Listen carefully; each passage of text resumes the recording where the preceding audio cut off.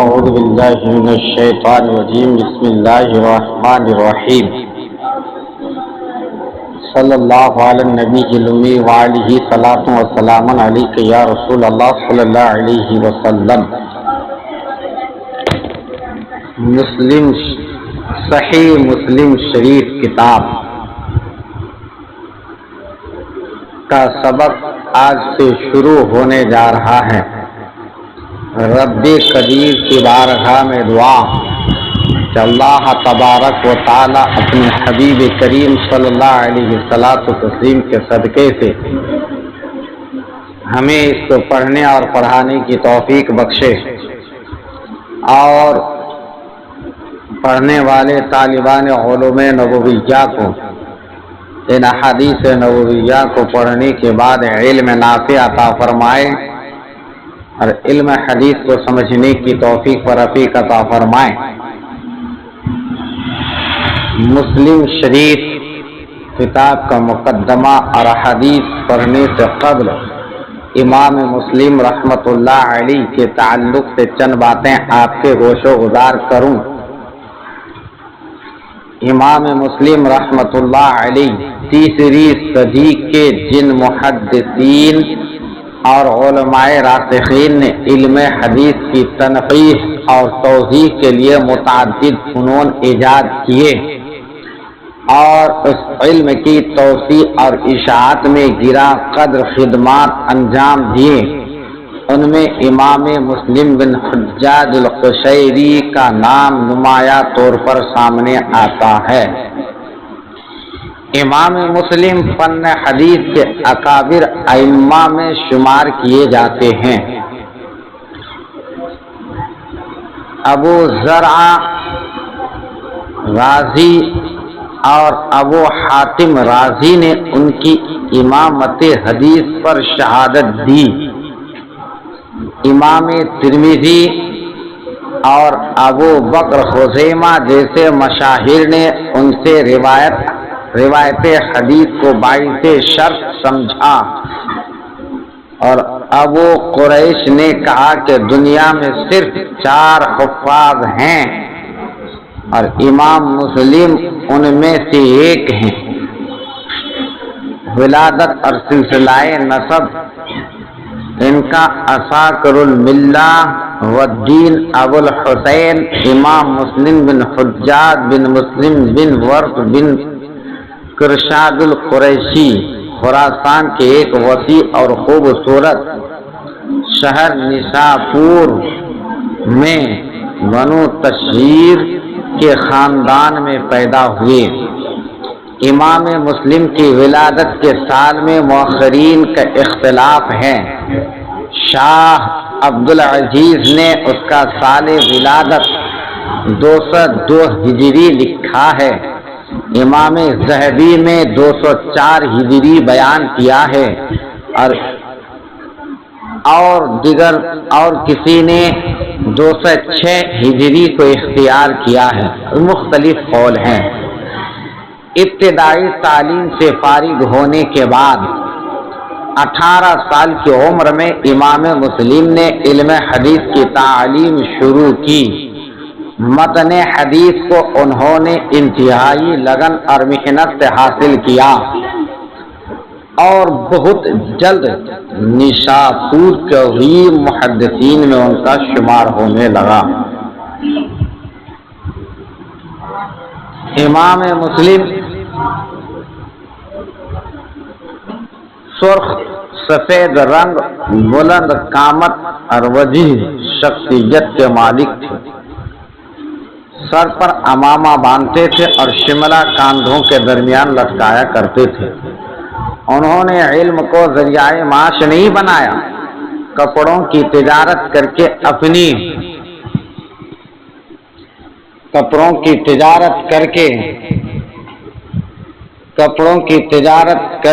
اپنی نجی ضروریات پوری کیا کرتے تھے۔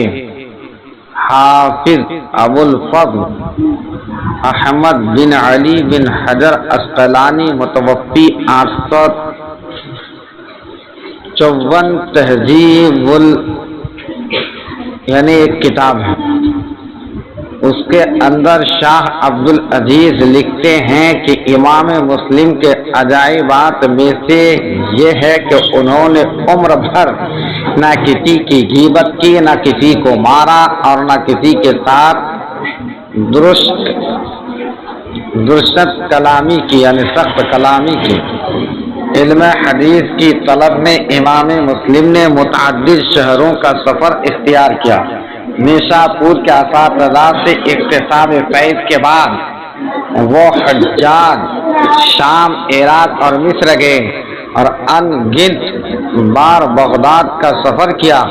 انہوں نے ان تمام شہروں کے مشاہیر اساتذہ کے سامنے ثانوی تلمیذ طے کیا۔ حافظ ابن حجر عسقلانی اور دیگر مؤخرین نے ان کے اساتذہ میں یحییٰ بن یحییٰ، محمد بن یحییٰ ذہلی، احمد بن حنبل، اسحاق بن راوح، عبداللہ بن مسلمہ، یہ سب اور امام بخاری کا تذکرہ لکھا ہے۔ امام مسلم سے بے حساب لوگوں نے سماع حدیث کیا ہے۔ ان سے روایت کرنے والے تمام حضرات کے اسماء کا شمار تو مشکل ہے، مگر دو چار گنا دیتے ہیں کہ حافظ صالح بن محمد بن علی بن حسن بن محمد بن عبد الوہاب، علی بن حسین بن جنید ابن خزیمہ اور دیگر علماء محدثین نے امام مسلم سے علم حدیث کو پڑھا اور حاصل کی۔ امام مسلم رحمت اللہ علی کی عمر کا اکثر حصہ روایت حدیث کے حصول کے لیے مختلف شہروں میں سفر کرتے ہوئے گزرا ہے۔ اس کے ساتھ ساتھ وہ درس و تدریس میں بھی بے حد مشغول رہے۔ اس کے باوجود ان سے مندرجہ ذیل تصانیف یادگار ہیں: الجامع الصحیح، المسند الکبیر، کتب الاسماء، کتاب الجامع علی الباب، کتاب العلل اور دیگر کتابیں جو 20 کے قریب پہنچتی ہیں۔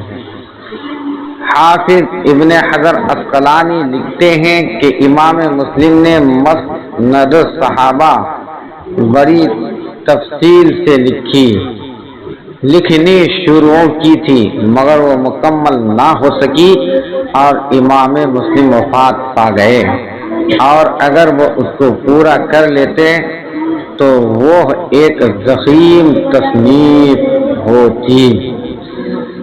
وصال، آپ کا جو وصال ہوا، تو امام مسلم کے وصال کا سبب بھی نہایت عجیب و غریب بیان کیا گیا ہے۔ حافظ ابن حجر عسقلانی لکھتے ہیں کہ ایک دن مجلس مذاکرہ میں امام مسلم سے ایک حدیث کے بارے میں استفسار کیا گیا۔ اس وقت آپ اس حدیث کے بارے میں کچھ نہ بتا سکے، گھر آ کر اپنی کتابوں میں اس حدیث کی تلاش شروع کر دی۔ قریب ہی کھجوروں کا ایک ٹوکرا بھی رکھا ہوا تھا۔ امام مسلم کے استغراق اور انہماک کا یہ عالم تھا کہ کھجوروں کی مقدار کی طرف آپ کی توجہ نہ ہو سکی اور حدیث ملنے تک کھجوروں کا سارا ٹوکرا خالی ہو گیا، اور غیر ارادی طور پر کھجوروں کا زیادہ کھا لینا ہی ان کی موت کا سبب بن گیا۔ اور اس طرح 24 رجب 261 ہجری اتوار کے دن شام کے وقت علم حدیث کا یہ درخشندہ آفتاب غروب ہو گیا، اور اگلے روز پیر کے دن خراسان کے اس عظیم محدث کو سپرد خاک کر دیا گیا۔ امام مسلم سادہ دل درویش تھے، علم و عمل کی بہترین خوبیوں کے جامع تھے۔ اللہ تعالیٰ نے انہیں ان کی خدمات کا بہترین صلہ عطا فرمایا۔ ابو حاتم رازی بیان کرتے ہیں کہ میں نے امام مسلم کو خواب میں دیکھا اور ان کا حال دریافت کیا تو انہوں نے جواب دیا اللہ تعالیٰ نے اپنی جنت کو میرے لیے مباح کر دیا اور میں اس میں جہاں چاہتا ہوں رہتا ہوں۔ صحیح مسلم کتاب جس کو آپ پڑھیں گے کتب صحاح ستہ میں صحیح بخاری کے بعد شمار کی جاتی ہے۔ امام مسلم بن حجاج نے ان کی احادیث کو انتہائی محنت اور قابل سے ترتیب دیا ہے۔ حسن ترتیب اور تدوین کو عمدگی کے لحاظ سے یہ صحیح بخاری پر بھی فوقیت رکھتی ہے اور زمانہ تصنیف سے لے کر آج تک اس کو قبولیت عامہ کا شرف حاصل ہو رہا ہے۔ امام مسلم نے اپنی صحیح مسلم کی تعلیف کا سبب خود بیان فرماتے ہیں۔ وہ لکھتے ہیں کہ مجھ سے میرے بعض تلامذان نے درخواست کی کہ میں احادیث صحیحہ کا ایک ایسا مجموعہ تیار کروں جس میں بلا تکرار احادیث کو جمع کیا جائے۔ چنانچہ ان کی درخواست پر میں نے اپنی صحیح کی تعلیف کی۔ امام مسلم نے 3 لاکھ احادیث میں سے اپنی جامع صحیح کا انتخاب فرمایا اور جن مشائخ کی احادیث کو انہوں نے اپنی صحیح میں یعنی صحیح مسلم میں روایت کیا ان سب سے انہوں نے بالمشافہ اور براہ راست سماع کیا ہے۔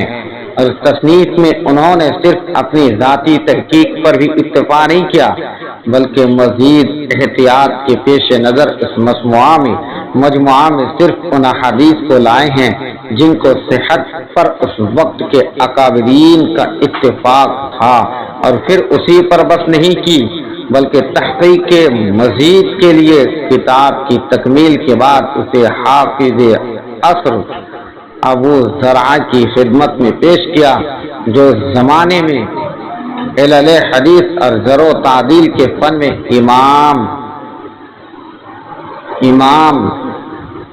کے حامل تھے، یعنی ایک بڑے امام کے حیثیت سے تھے، اور جن روایت کے بارے میں انہوں نے کسی علت کی نشاندہی کی امام مسلم نے اس کو کتاب سے خارج کر دیا۔ اس طرح 15 سال کی لگاتار جد و جہد اور شدید مشقت کے بعد صحیح مسلم کی صورت میں یہ مجموعہ احادیث تیار ہو گیا۔ اب اس کتاب کو انتہائی محنت و مشقت سے لکھ کر کے قوم کے حوالے امام مسلم رحمۃ اللہ علیہ نے کر دیا۔ اب اس کتاب کو پڑھنے والے طلباء کو چاہیں تو اس کتاب کے احادیث کو انتہائی محنت سے پڑھیں اور اپنے ذہن و فکر میں بسائیں۔ اللہ تبارک و تعالیٰ کی بارگاہ میں دعا اللہ رب العزت اپنے حبیب کریم صلی اللہ تعالی علیہ وآلہ صلاۃ و تسلیم کے صدقے سے علم حدیث سے ہمیں نفع حاصل کرنے کی توفیق عطا فرمائے۔